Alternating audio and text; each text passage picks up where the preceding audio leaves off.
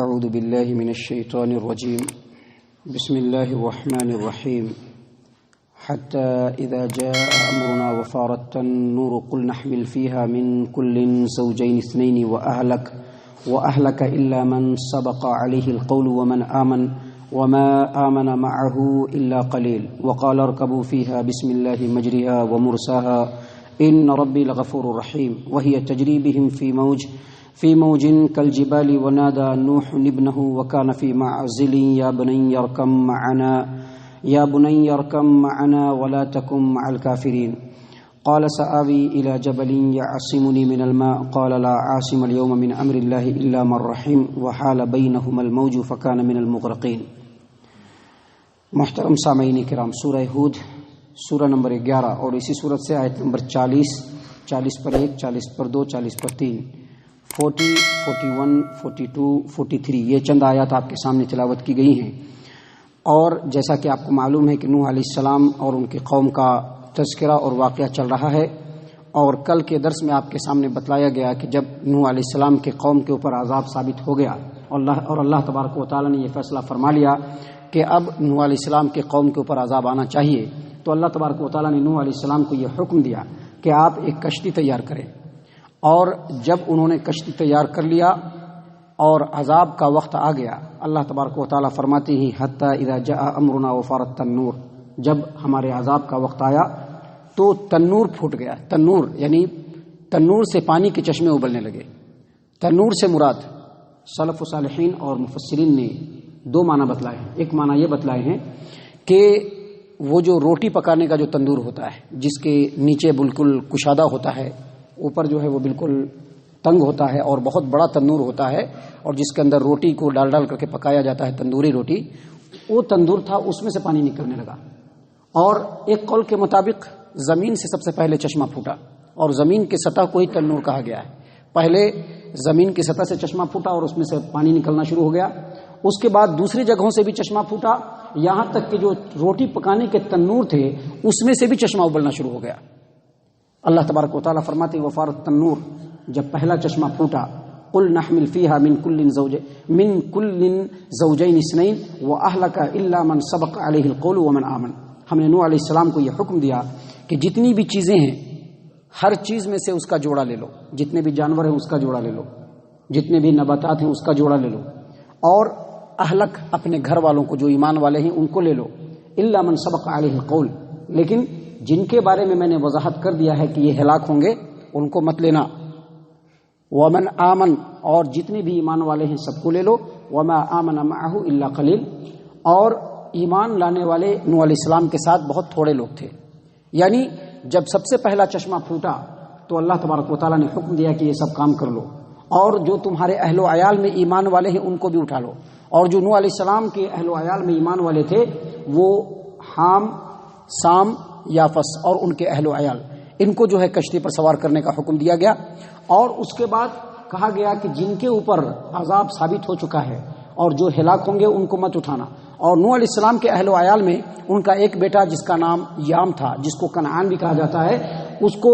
وہ کافر تھا، اس کو نہیں لینے کا حکم ہوا. اور نوح علیہ السلام کی جو ایک بیوی تھی وائلہ، جو کنعان کی والدہ تھی، ان کو بھی کہا گیا کہ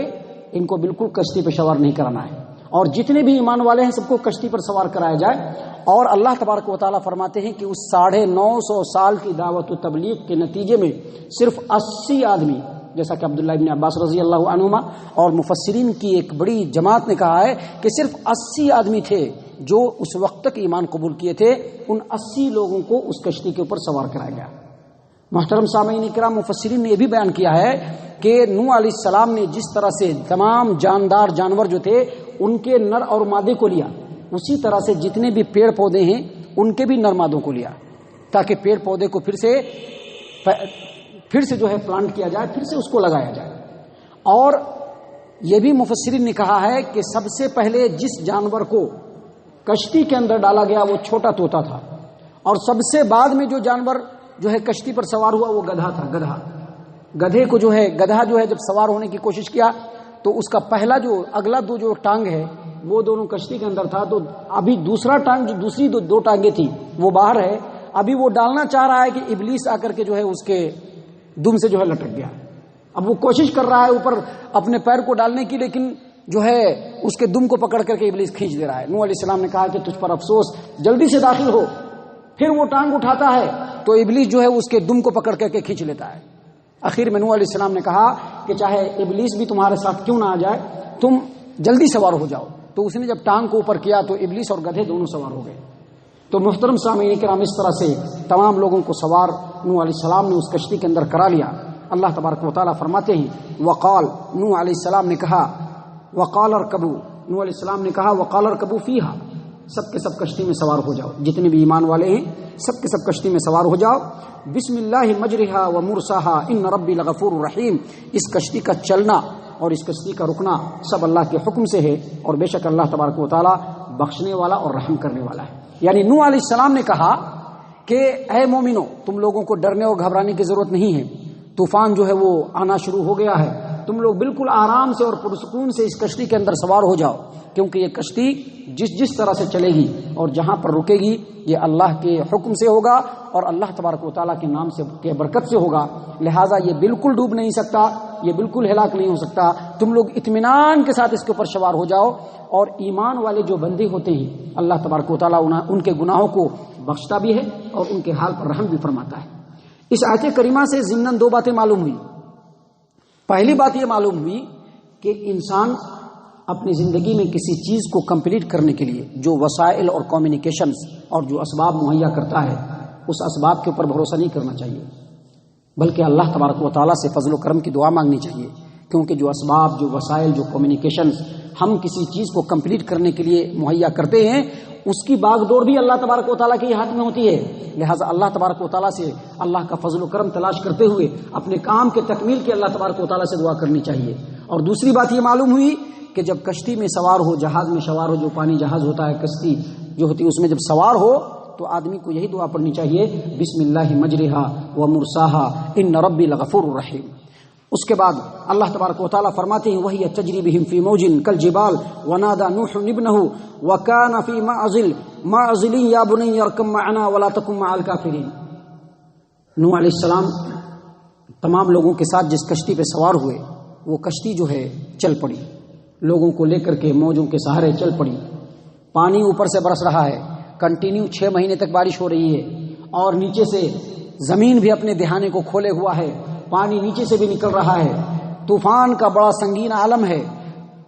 پہاڑ کی طرح سے جو ہے وہ موجیں ہچکو لے رہی ہیں، جیسے جیسے پانی بڑھ رہا ہے کشتی بھی اوپر جا رہی ہے، یہاں تک کہ پانی کا جو لیئر ہے وہ پہاڑ کے مقابلے میں ہو گیا، وہاں تک کشتی چلا گیا۔ اسی درمیان میں ایک واقعہ ہوا، نوح علیہ السلام نے دیکھا کہ ان کا بیٹا یام، جس کو کنعان کہا جاتا ہے، وہ ایک پہاڑ کے کونے کو پکڑ کر کے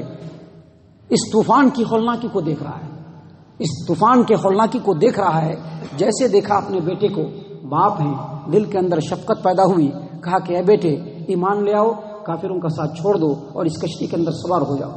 اللہ فرماتے ہیں وہی تجری بہم فی موج کالجبال ونادى نوح ابنہ وکان فی معزل یا بنی ارکب معنا ولا تکن مع الکافرین۔ کشتی ان لوگوں کو ایسے موج میں لے کر کے چلی جو پہاڑ کی طرح سے ہچکولے کھا رہا تھا،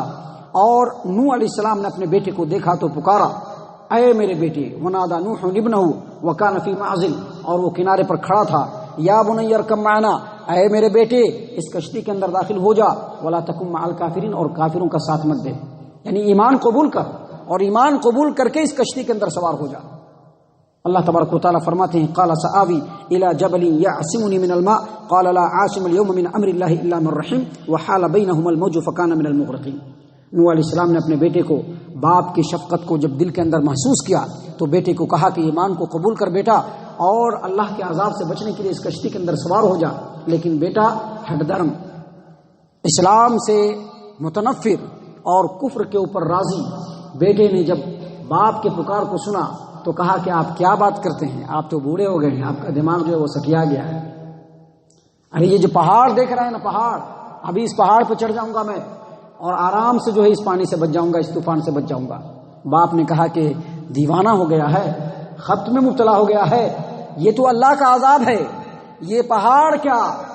کوئی بھی چیز ہوگی اس روئے زمین پر تم کو نہیں بچا سکے گی، اگر بچنا ہے تو اللہ تبارک و تعالیٰ کو رحم کرنا ہوگا، اللہ جس پر رحم کر دے گا وہ بچ جائے گا۔ ابھی یہ سب باتیں ہو رہی تھی کہ ایک پہاڑ نما جو ہے موج سیدھے اچھال کھایا